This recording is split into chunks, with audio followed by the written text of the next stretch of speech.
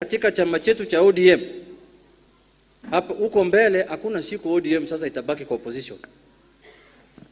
Hakuna siku ODM itakaa kwa opposition. Hapa duniani mbele ya Mungu sijui wanaweza kuwa opposition, lakini hapa duniani hakuna siku ODM sasa chama changu ambaye nakipenda sana, hakuna siku itakaa kwa opposition. Wale wanataka kurudisha sisi kwa hiyo njia watafute njia nyingine. Vile nilisema wakati ya uchaguzi hii imeenda, hii pia imeenda. Imeenda.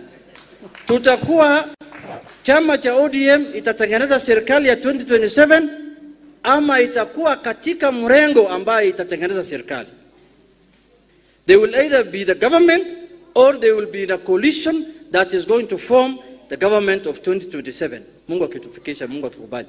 Na Masai atakuwa hapo, Wajaluo watakuwa hapo, Wakisii watakuwa hapo, watu wa Pwani watakuwa hapo, watu wa Northeastern watakuwa hapo, wale wa Mount Kenya ambaye hawatapotezwa na Rigiji watakuwa hapo, Wakenya yote watakuwa hapo, na sisi tutatetea haki yetu tukiwa pamoja katika chama chetu cha ODM.